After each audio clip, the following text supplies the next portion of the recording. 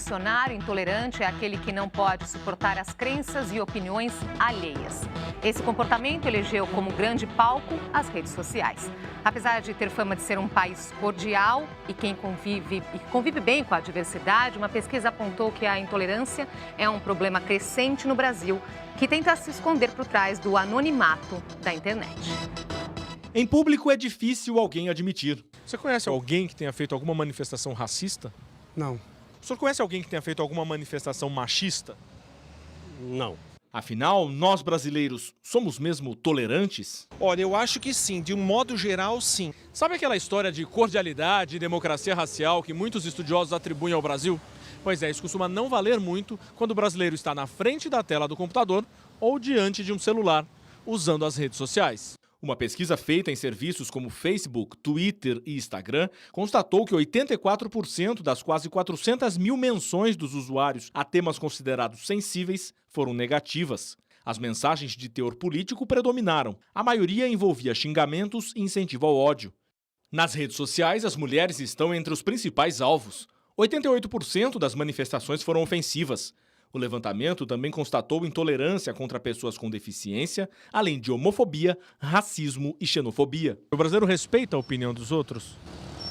Não, não respeita. Respeita não. A Maria Rita conhece bem este lado da internet. O blog com mulheres negras do qual ela participa bloqueia, em média, 2.000 comentários ofensivos por mês. A gente, não raro, a gente precisa trocar nossos telefones, a gente se muda. Essa é minha terceira casa depois da existência do blog. Nós pedimos ao governo federal os registros de casos de intolerância na internet. A resposta que recebemos foi que há poucos casos de prisão e efetiva condenação em comparação ao número de denúncias. A gente imagina que a internet acaba dando a falsa sensação de que a pessoa é anônima e esse anonimato permite que ela fale o que ela gostaria de falar. E para falar sobre o aumento da intolerância, recebemos o jornalista Caio Túlio Costa, um dos fundadores do Torabit, sistema de monitoramento digital, e Pablo Hortelado, professor de gestão de políticas públicas da Escola de Artes, Ciências e Humanidades da USP. Você pode participar aqui da nossa conversa, pode ser pelo Facebook e também pelo Twitter. Os endereços vão aparecer aí na sua tela. Boa tarde, obrigada por ter aceitado o nosso convite. Boa tarde. A reportagem começou aí mostrando essa intolerância nas redes sociais, essa pesquisa que foi coordenada por você. Caio, como é que foi feito esse monitoramento? Tá. Essa pesquisa, ela foi feita nas redes sociais, dentro de um projeto que se chama Comunica que Muda.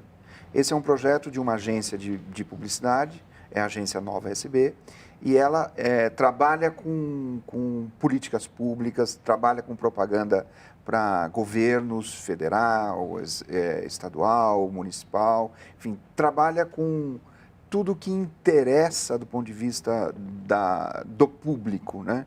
E lançou esse projeto para discutir temas polêmicos, como maconha, a descriminalização da maconha, como o suicídio e como a questão da intolerância, que cá entre nós eu prefiro chamar de aceitação. Aceitação. Acho que é melhor do que intolerância. Mas o fato é que nós pesquisamos durante 3 meses do ano passado, nós usamos essa ferramenta, que é a ferramenta de monitoramento de dados na internet, criamos o universo relativo à intolerância e fomos garimpar nas redes sociais, principalmente no Facebook, no Instagram, no Twitter, no YouTube, em comentários nos blogs, etc., tudo que se falava a respeito de intolerância nas redes. Eu vi que foram pesquisados 10 temas aí, esse percentual aí que teve abordagens negativas, vamos colocar dessa forma, ultrapassou 84%.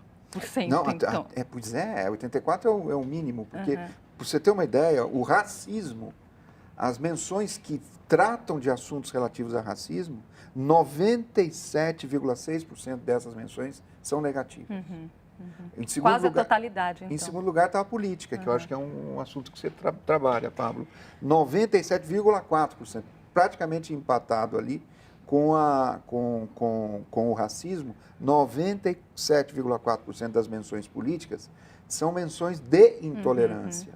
né? E são as maiores, Sim. porque nós estávamos no ano passado, lembra que foi num período momento das pós-impeachment, né? Exatamente. Num período muito sensível do ponto de vista político, mas além da política, quer dizer, em segundo lugar, em quantidade de menções, foi a misoginia, depois homofobia, deficiência, racismo, aparência, geração, classes sociais, a intolerância religiosa e a xenofobia. Nós vamos falar mais, né, ao longo do programa desses detalhes todos. O professor também fez um estudo na época das manifestações, né, e perguntou para descobrir qual que era o objetivo que levava as pessoas às ruas, não é, professor? E a princípio você pensa, então são objetivos aí políticos, e não, vocês descobriram que não era apenas isso, né? Na verdade, esses dois fenômenos, na nossa interpretação, lá do nosso grupo de pesquisa, está muito interligado, Sim, né? Esses sim. fenômenos morais aí que o Caio estava mencionando, que a gente está falando de racismo, legalização da maconha, aborto, etc., eles saíram da periferia do debate político, eles migraram para o centro do debate político e se misturaram com a polarização político-partidária, virando uma polarização na qual, de certa maneira, essas abordagens morais da política colonizaram todos os outros temas.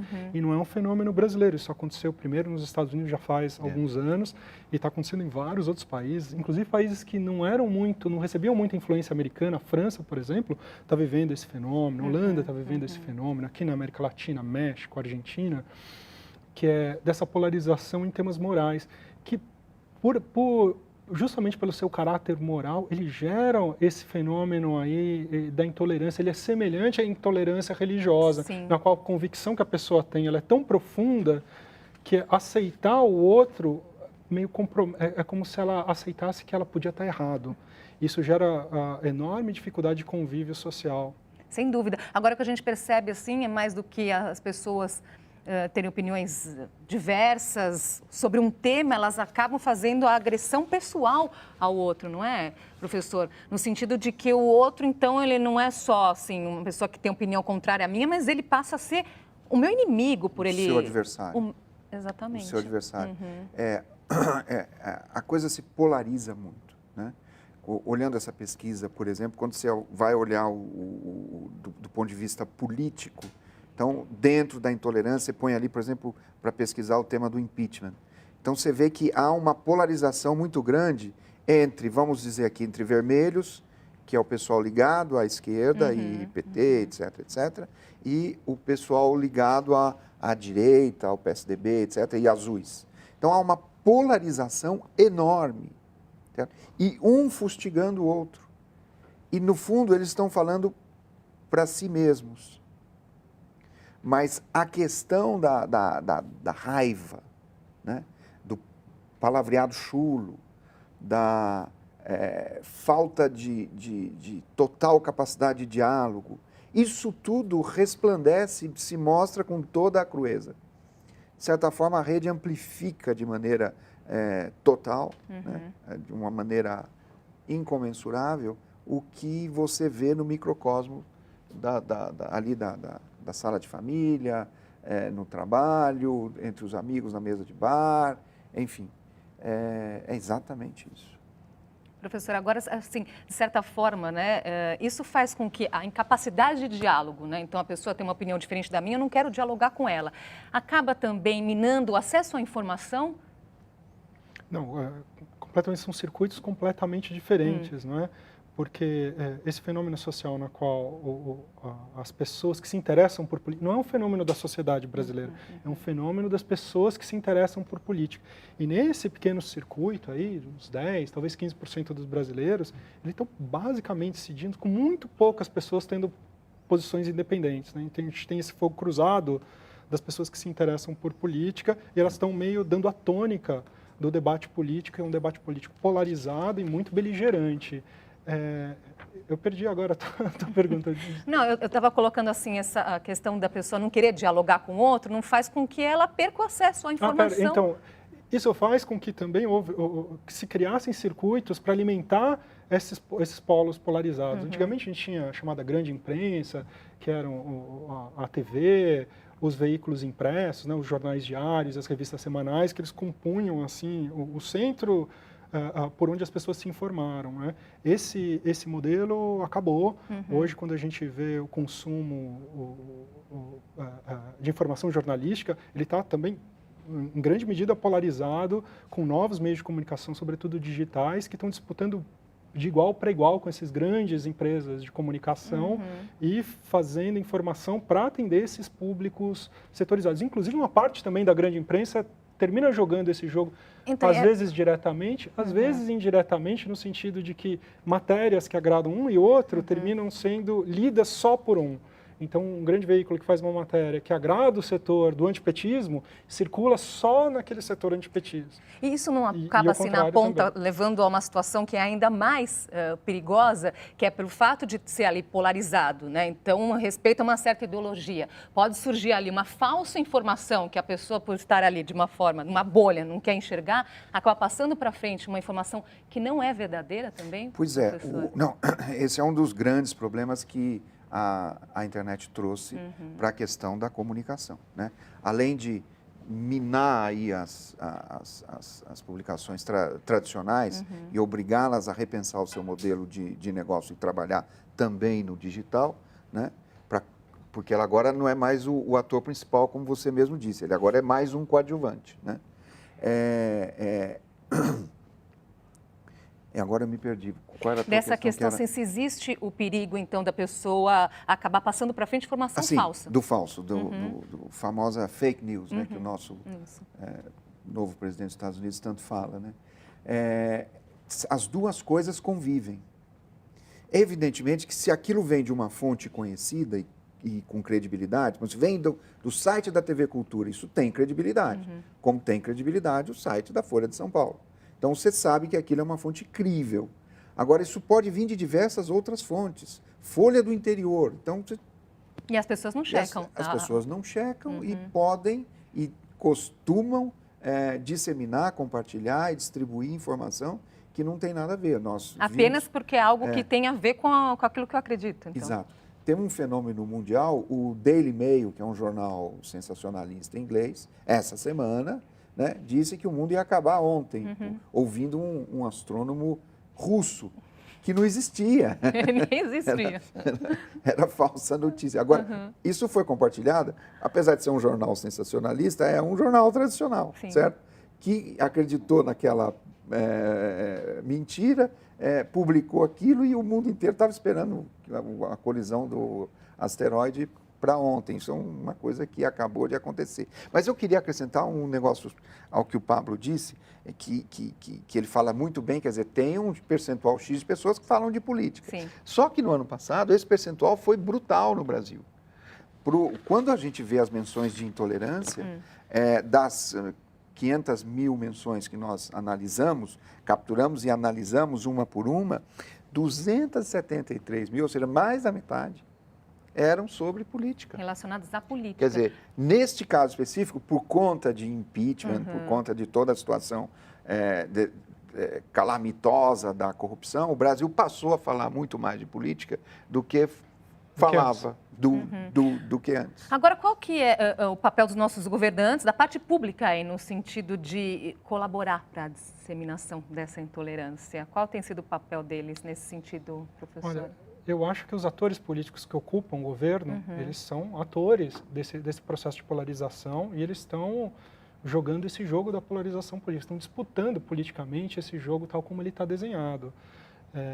Eu queria fazer uma observação sobre a questão das notícias falsas, né? Que as notícias falsas, elas são um resultado, elas não são causa, elas são um efeito dessa polarização política, através de um fenômeno que se chama a viés de confirmação. Ou seja, quando você tem uma opinião muito arraigada, você tem muita certeza daquilo, você tende a concordar e difundir informações que reiteram aquilo que você já acha. E é por esse motivo que esses veículos que estão alimentando o debate da polarização, grandes e pequenos, da grande imprensa e os alternativos, eles terminam, as informações que referendo essas posições, elas terminam sendo muito difundidas, não é? E é nesse contexto que os boatos, que são informações que não podem ser verificadas, e as notícias falsas estão se disseminando. E quando os veículos mais sérios, que fazem jornalismo, que verificam os fatos, não reproduzem esses boatos, eles perdem credibilidade. É por isso que nos meios mais polarizados, a confiança nos veículos da imprensa é baixíssima. A famosa ideia, isso a imprensa não mostra, que era dito tanto à esquerda quanto à direita. Essa já é uma consequência disso, então, ela é né? consequência, essa confiança das pessoas estarem consumindo boatos, acreditarem em boatos. Além da questão ideológica. Exatamente. Justamente da questão ideológica. Elas acreditam em boatos altamente, claramente falsos, mas que referendam, que reforçam a posição ideológica que ela já tem. E quando ela não vê isso refletido no meio de comunicação, ela diz: esse meio de comunicação não é crível, que é o oposto do que se pensava antigamente. Então ela olha para os grandes meios de comunicação, e em particular para os meios de comunicação mais sérios, e fala: isso não é crível, porque a informação que eu recebi pelo WhatsApp, que referenda aquilo que eu já penso, não está lá. Se essa mídia, esse meio de comunicação não publicou, é porque... Esse é o famoso pós-verdade, né? Estamos trabalhando no território da pós-verdade. A gente fez, por exemplo, uma pesquisa junto aos manifestantes, um grupo altamente polarizado, mas muito escolarizado e que se interessa muito por política. A gente foi para Paulista para defender a favor ou contra o impeachment. Sim. Então, gente com alta escolaridade, com muita renda e que se interessa por política. E a crença em boatos absurdos é altíssima, sempre acima de 70% entre esses grupos altamente escolarizados. E justamente porque esses boatos que as pessoas aceitam são os boatos que reforçam aquilo que elas já pensam. Lulinha é dono da Friboi, altíssimo índice de adesão entre os grupos que defendiam o impeachment. O juiz Sérgio Moro é filiado ao PSDB, muitíssimo índice de adesão entre as pessoas que são... O juiz Sérgio Moro foi formado pela CIA. Exatamente. Os boatos circulam dos dois lados, reforçam aquilo que as pessoas já sabem. E o fato da imprensa não repercutir esses boatos, porque esses boatos são falsos, ou eles não são verificáveis, faz com que a imprensa séria perca credibilidade. Junto aos nichos, né? Junto aos nichos. Isso. Vamos fazer uma pausinha aqui, rapidamente, a gente volta já.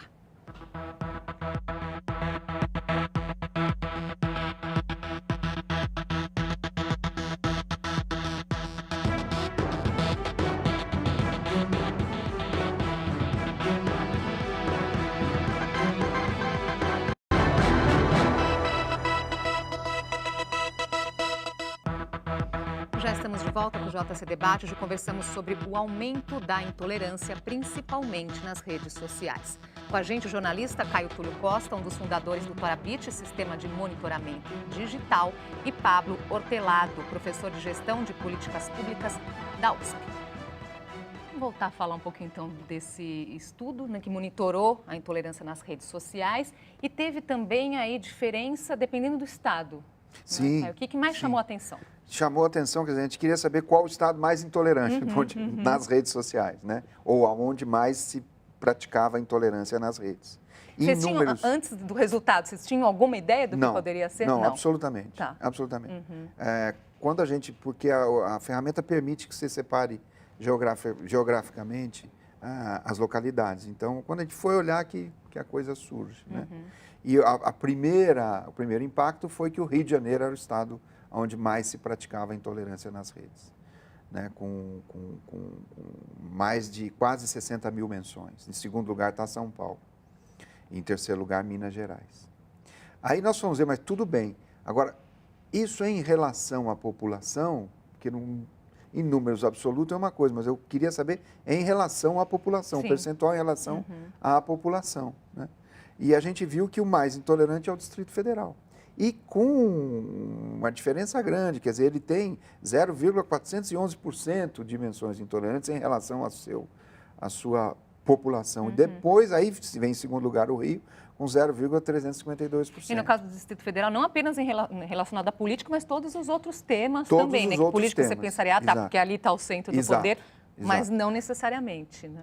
E, ao mesmo tempo, o Distrito Federal é digamos, a unidade da federação onde você tem mais pessoas conectadas. É onde você tem a maior quantidade de celular por pessoa também. Então, isso tudo ajuda nessa questão. Quer dizer, é um estado muito conectado. Agora, professora, nós falamos um pouquinho no bloco anterior das consequências, né, desse comportamento. Você citou aí, uma das consequências é o fato da descrença na imprensa. O que mais? Isso pode ser também, podemos dizer, uma ameaça à nossa democracia também? Com certeza, é o fim do convívio, né? polarização política não é novidade. Isso aí a gente olha para a história, a divisão em 2 partidos políticos e a sociedade dividida numa disputa política, uma coisa muito antiga. Eu acho que o que tem de particular nesse, para além do fenômeno das redes sociais que amplificam esse fenômeno, é a natureza da diferença, da divergência política, uma natureza moral. E a divergência, quando ela é muito moral, ela é muito difícil dela ser contornada, porque as pessoas têm uma crença muito profunda, muito parecida com uma crença religiosa. E por esse motivo, o debate ele é muito acentuado. Um lado olha para o outro e não consegue entender, não consegue achar razoável o outro. Então, um lado vai falar assim, não é possível que você não veja que o Brasil melhorou com os governos do PT, que nós tiramos pessoas da miséria, que se você não acha isso, você é uma pessoa insensível, cruel e que está defendendo privilégios. O outro lado vai olhar e falar assim, não é possível que você não veja os roubos que foram feitos na maior empresa pública brasileira. E se você não condena isso, você está compactuando com a roubalheira, você é um corrupto também. Então, quando você tem esse grau de crença profunda, na qual um lado deslegitima o outro, baseado numa profunda crença moral de que o outro é legítimo, tem muito pouco espaço para convívio democrático. Não tem diálogo. Não tem diálogo. Não tem diálogo.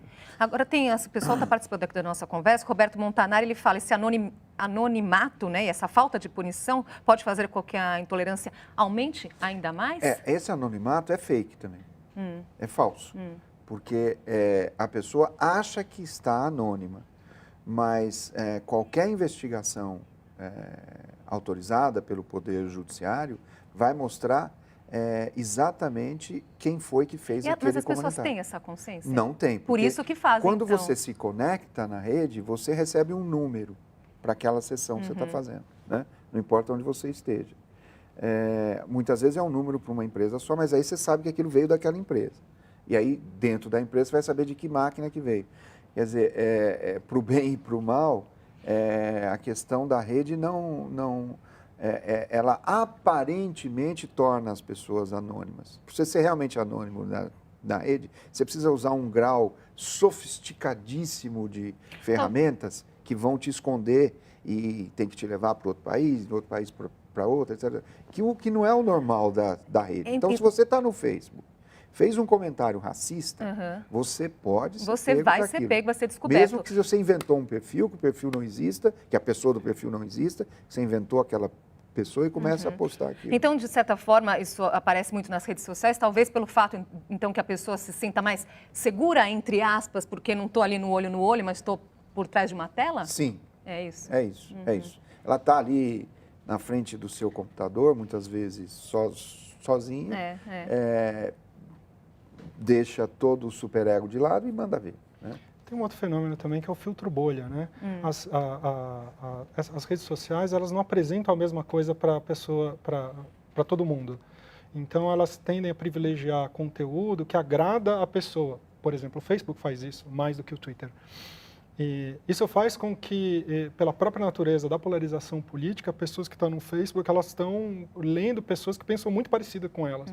Isso só reforça o viés de confirmação, só reforça a convicção que ela tem no pensamento político que ela já tem. Uma vez que ela só convive com pessoas e só fica vendo pessoas que reforçam aquilo que ela já pensa, não é? Que vão curtir as coisas que elas vai compartilhar as coisas que elas fizeram. Isso termina acentuando. Esse fenômeno não é digital. Não é das redes sociais, ele é um fenômeno que está para além, é um fenômeno social. Mas as redes sociais elas estão amplificando esse fenômeno nessa caracterização atual. Qual o caminho para mudar isso? Vocês acreditam que isso pode mudar com o tempo? Não tem mudança. Nós temos que conviver com isso e entender cada vez mais isso e tentar melhorar a nossa democracia. Se há um caminho possível, é o da educação. E a educação que trabalhe com a questão dialógica e que traga mais informação e dê mais capacidade de análise para as pessoas entenderem a sua própria realidade. Agora, essa questão não é controlável, ela é monitorável, mas ela não é você não vai mudar rapidamente a maneira de pensar das pessoas. Acho que nós vivemos aí é uma questão importante para a democracia, não é uma questão brasileira. Sim. Então, veja agora o que está acontecendo nos Estados Unidos. Né? Exatamente. O país está hiperpolarizado, em dois lados. Né? Então, Mas uma a educação questão... no sentido de que haja respeito, então, e as pessoas entendam de que é importante respeitar e que o diferente é importante, né? E é importante aceitem, que haja né? a diferença. E aceitem Uhum. o diferente. Daí eu achar que o termo aceitação, quer dizer, não sou eu que acho, tem muita gente que acha isso, o termo aceitação é melhor do que o termo intolerância. O desafio é político. O desafio é político. A gente precisa construir uma cultura política onde a gente não acha que a pessoa que pensa diferente da gente é um maluco. Sim. Uhum. Agradeço muito a participação de vocês aqui hoje com a gente e até uma próxima oportunidade. Muito obrigado. E o JC Debate fica por aqui. Inscreva-se em nosso canal no YouTube, estão todos os nossos programas anteriores, youtube.com/jornalismo TV Cultura. Uma ótima tarde para você.